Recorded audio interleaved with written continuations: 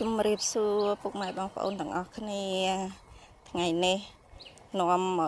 ពុកម៉ែបងប្អូនទាំងអស់គ្នាមកមើលថ្ងៃបញ្ចប់នៅថ្ងៃកម្មវិធីចូលឆ្នាំនៅវត្តសុទ្ធវត្តរបស់ព្រះអង្គចន្ទមនីហើយក៏ត្រូវជាថ្ងៃដែលព្រះអង្គធ្វើកិច្ចកាត់គ្រោះថ្ងៃឡើងស័កផងដែរបងប្អូនរាល់ឆ្នាំគឺខ្ញុំមករាល់ឆ្នាំតែឆ្នាំមុនអត់សូវមានមនុស្សទេទើបតែ2ឆ្នាំនេះនៅពេលដែលព្រះអង្គល្បីទៅគឺមានមនុស្សច្រើនឆ្នាំថ្មីមនុស្សក៏ច្រើនតែឆ្នាំនេះក៏ច្រើនដែរបងប្អូននិយាយថាឆ្នាំនេះខ្ញុំមកម៉ោង5ភ្លឺម៉ោង5ពេលភ្លឺពេលថ្ងៃហ៎បងប្អូនដាំបាយធ្វើម្ហូបតាមម៉ោង4នាំកូនហូបបាយហើយក៏ទៅម៉ោង5ទៅដល់អត់មានកន្លែងអង្គុយទេបងប្អូនហើយគឺមនុស្សច្រើនណែនណាន់តាន់តាប់តែម្ដងគឺនិយាយថាមិនដឹងជាមកពីខេត្តណាខ្លះទេមនុស្សច្រើនមែនតើបងប្អូនហើយគ្រួសារខ្ញុំខ្លាញ់វែងបាត់កូនដឹកដៃកូនផងកាពីកូនតូចផងមនុស្សច្រើនពេកហើយខ្ញុំដើរនេះគឺដើររកកន្លែងអង្គុយបងប្អូនគឺអត់មានកន្លែងអង្គុយទេអត់មានកន្លែងអង្គុយតែម្ដងគឺមនុស្សច្រើនពោពេញទៅដោយណែនណាន់តាន់តាប់រកតែកន្លែងអង្គុយខាងក៏អត់មានក្នុងក៏អត់មាននិយាយរួមណែនទាំងអស់បងប្អូនអើយមកពីខេត្តណាខេត្តណីខ្លះទេសួរទៅមកពីគ្រប់ខេត្តអ្នកខ្លះងើបតាមម៉ោង4ភ្លឺអ្នកខ្លះមកដល់ពេលរសៀលនិយាយរួមគឺមនុស្សច្រើនហើយស្ទះផ្លូវតាមពីម៉ោង11 12ថ្ងៃស្ទះរហូតអ្នកខ្លះដាក់ឡាននៅឆ្ងាយព្រោះចូលមកដើម្បីឲ្យព្រះអង្គធ្វើកិច្ចអ្នកខ្លះក៏មកកាត់គ្រោះខ្លះក៏មកធ្វើទឹកមុនធ្វើអីចឹងណាខ្លះក៏មកលេងនិយាយថាមនុស្សណាស់បងប្អូនហើយខ្ញុំហើយនឹងគ្រួសារខ្ញុំកំពុងតែដើររកម្ដាយក្មេកខ្ញុំទៅកថាងគាត់នៅកតាលបងប្អូនហើយទៅរកម្ដាយក្មេកនៅកតាលណាឃើញបើមនុស្សច្រើននេះពេលយប់បងប្អូនខ្ញុំរកកន្លែងអង្គុយបានហើយបងប្អូនហើយប៉ុន្តែកន្លែងវាទូចហើយមនុស្សវាច្រើនណាបងប្អូនហេនិយាយថាដល់ហើយបងប្អូនអើយយ៉ាប់ក្នុងយប់មិញមួយយប់ហ្នឹងមិនដឹងជាមនុស្សប្រមាណ10000នាក់ទេបងប្អូនណាដឹងជួយប្រាប់ផង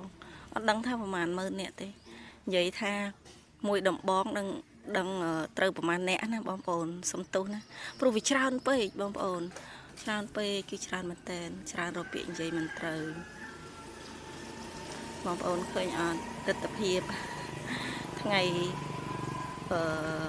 ឡើងស័កនៅវត្តរបស់ព្រះអង្គចន្ទមនីគឺរកពាក្យនិយាយមិនត្រូវមនុស្សច្រើនពេកអ្នកកម្លាំងអមមគឺចង់ស្លាប់បងប្អូនដោយសារពលមនុស្សបងប្អូនអើយច្រើនណាស់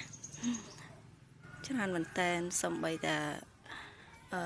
ខ្ញុំមកនេះគឺខ្ញុំនិយាយអត់ត្រូវទេបងប្អូនហើយថាមិនច្រើនដល់ប៉ុណ្ណឹងប៉ុន្តែនៅពេលដែលមកផ្ទាល់ខ្ញុំថតវីដេអូនេះឲ្យបងប្អូនមើលគឺច្រើនរកពាក្យនិយាយមិនត្រូវពេលដែលព្រះអង្គធ្វើកិច្ចហើយចប់គឺខ្ញុំដើរចេញមកបងប្អូនគឺកិច្ចចប់វីដេអូនេះរៀងកាត់តិចឲ្យបងប្អូនដោយសារខ្ញុំថតពេញទាំងអស់គឺវាវែងហើយវាច្រើនពេក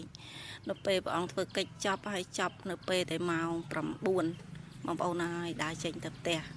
ច្រកនីមួយស្ពាននីមួយគឺពេញទាំងអស់ណែនណាន់ទាំងអស់បងប្អូនខ្លះគឺគាត់វែងឡានខ្ញុំជាពិសេសគឺខ្ញុំមិនអត់ចាស់បងប្អូនហើយគាត់វែងឡានគាត់វែងគ្នាគាត់ហើយគាត់ចាស់ហើយគាត់អត់មានទូរស័ព្ទប្រើហើយតាកតងគ្នាកើតទេអ្នកខ្លះក៏ទៅរកមីក្រូប្រកាសរកគ្នាអ្នកខ្លះក៏ទៅរកវិជាការពារអញ្ចឹងណាព្រោះពេលយប់ហើយគាត់ចាស់គឺគាត់អ្នកខ្លះក៏មានទូរស័ព្ទប្រើទៅអ៊ំចាស់ខ្លះក៏មានទូរស័ព្ទប្រើទេអញ្ចឹងហើយគឺគាត់វែងឡានគាត់វែងគ្នាវែងកូនយប់មិញអ្នកខ្លះវែងចៅអ្នកខ្លះវែងកូនអ៊ំខ្លះគាត់វែងឡានគឺមនុស្សច្រើនពេកបងប្អូនហើយច្រកស្ពាននីមួយគឺណែនណាន់តាន់តាប់ទាំងអស់នេះម្ដាយក្មេកខ្ញុំកាន់ដៃចៅណែនបងប្អូនឆ្លងស្ពានអត់រួចទេមកខាងក្រៅរួចហើយណែនបងប្អូនណានិយាយពីឋានឡានហើយម៉ូតូស្ទះតាមផ្លូវទាំងអស់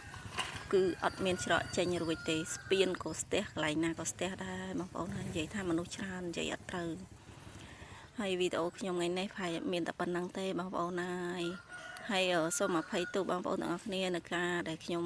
បញ្ចូលសលេងទៅខុសត្រូវអីកុំឲ្យខឹងអីបងប្អូនព្រោះខ្ញុំមិនមែនអ្នកអាជីពទេតែខ្ញុំចូលចិត្ត ចឹងហើយវីដេអូខ្ញុំថ្ងៃនេះខ្ញុំមកធ្វើបន់កាត់គ្រួទិសកសលដល់ជីដូនជីតាហើយក៏ជូនបន់ដល់ពុកម៉ែបងប្អូនទាំងអស់គ្នាឲ្យជួបប្រទះតែក្តីសុខទាំងអស់គ្នាគ្រប់គ្នាណាបងប្អូនហើយជួបគ្នានៅវីដេអូក្រោយទៀត